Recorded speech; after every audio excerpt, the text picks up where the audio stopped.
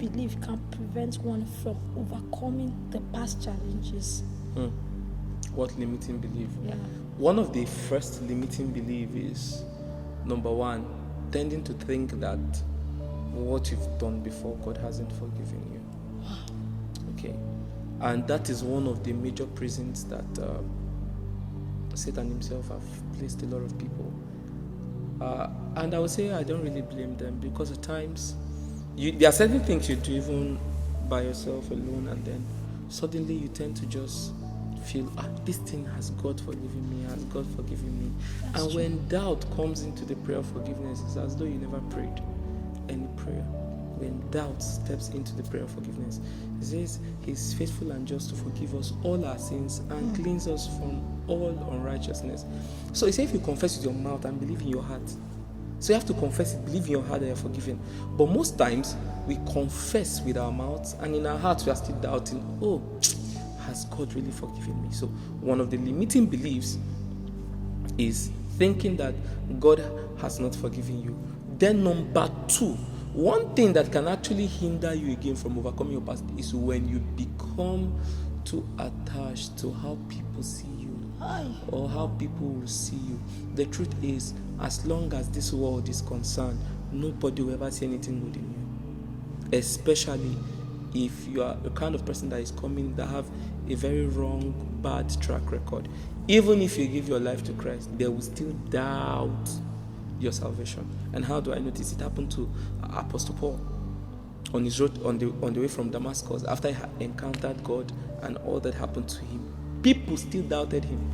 They say, is he not the one that was killing people that time? People still doubted him, but he was one of the persons that did the greater. In fact, what he did, none of the righteous apostles ever did.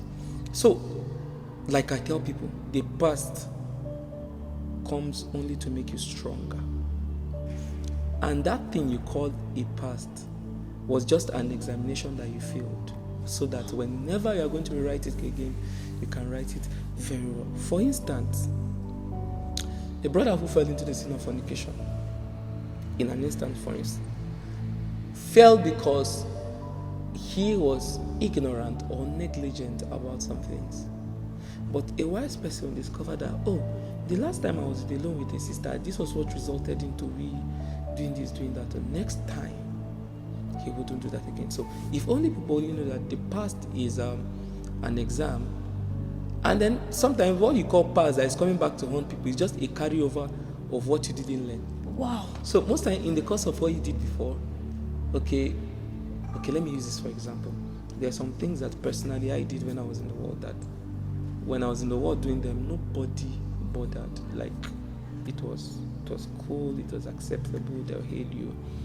But the moment you come, you say you want to serve God, that is when people will now remember that, he used to be this, she used to be that, this.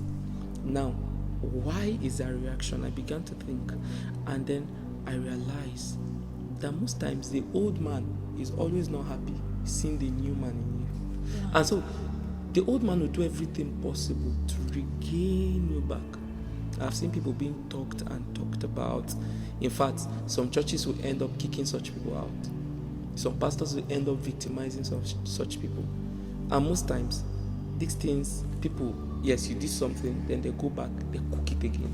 So if you've made peace with your God, why should anything limit you about your past limit you? You've got to be convinced that yes, I sinned, yes, I have a wrong past, yes, Jesus has forgiven me, I'm a new and changed person.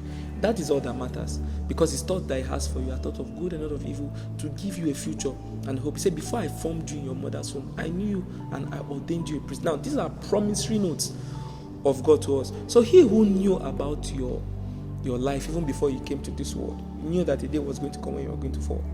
And you'll be shocked if I tell you that God actually had the knowledge that one day Adam was going to fall. And so he prepared a backup plan that in case Adam fell, there is a backup plan. So if Jesus went through temptations, he went through.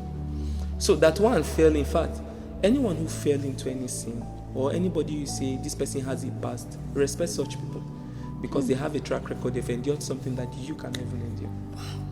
Simple as that. Thank you so much, sir. I'm really blessed by that word. And we'll move to the next question. What life lessons can the challenges of the past teach us?